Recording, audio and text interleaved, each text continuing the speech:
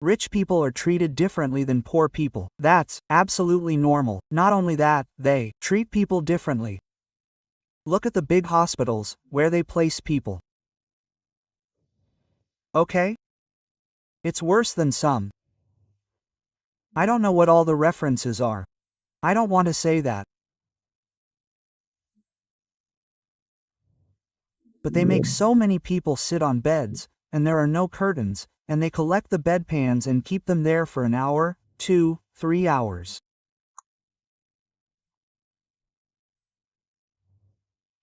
What kind of care can that be? But apart from care, there are differences in treatment as well. They make differences in treatment as well. They make differences in the medicines that pharmaceutical companies sell for less. Okay, so we consider this particular section where there's less remuneration. So some hospitals separate them. Now, there's nothing wrong with that. As long as you know that the product you buy is properly verified, properly manufactured. Get all the proper approvals. But these companies are selling you cheap. Okay, they can approve. There's nothing wrong with that. But whatever needs to be done, he sits in the same CT scan machine. We sit in the same MRA. The same test will be done. His blood will also go through the same machine. Just like we travel in a plane. If not coach class, then business class, first class, we're traveling in the same plane. Right? There's a slight difference in the seating. It's the same, and the hospital is serving us. Okay, there will be a slight difference in the food. We say. Okay, so I think the same in the hospital. Look, treat them with dignity. There's some difference in cost. Okay. You can save some money on the materials used. You should definitely do that.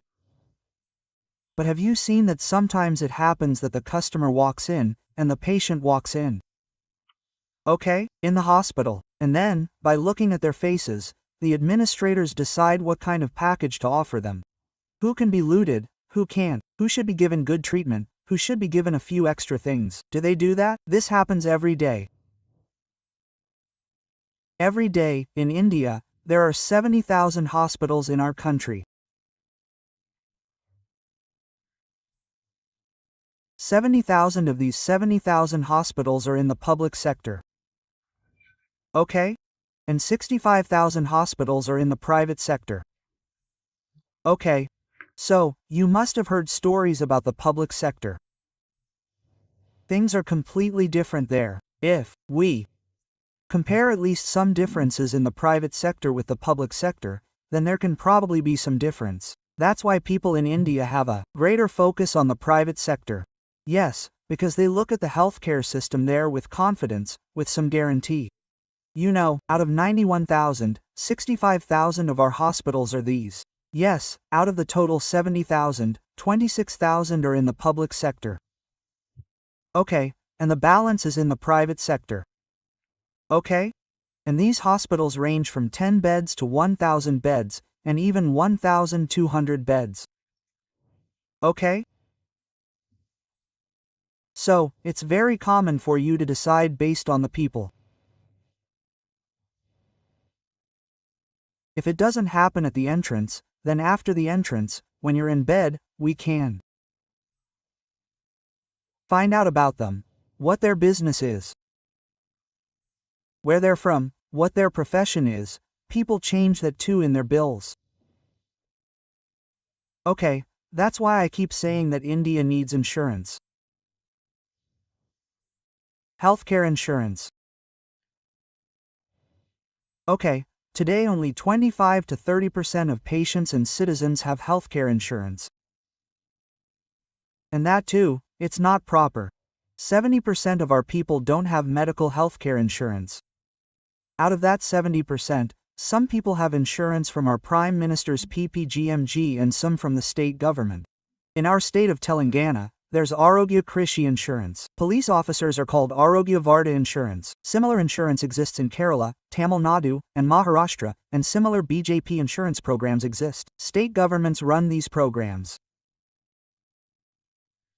However, 70% of people face a problem when they have to pay cash out of their own pockets. You know, that's a problem. How can you protect yourself by having insurance? Because we enter into agreements with insurance. Hospitals enter into MOS. They have their rates. We can change the contracted rates. And when we submit a claim to insurance, there are notifications for everything. We have to give that approval. Okay? Only after that is the correct billing? You know, that's a final bill authorization and we sell it. But for those who pay by cash, okay, we can adjust it based on their appearance. That's why. In healthcare, when someone is insured, the hospital charges more because they have to pay the insurance amount. They have to pay more than the insurance amount. Yes, it can happen in that, but very rarely. For example, it happens in car insurance. Yes, it happens, but absolutely. But when does it happen in insurance? For example, if a patient goes for gallstone surgery, we have an MO with our insurance company, stating that the cost of the surgery is ours.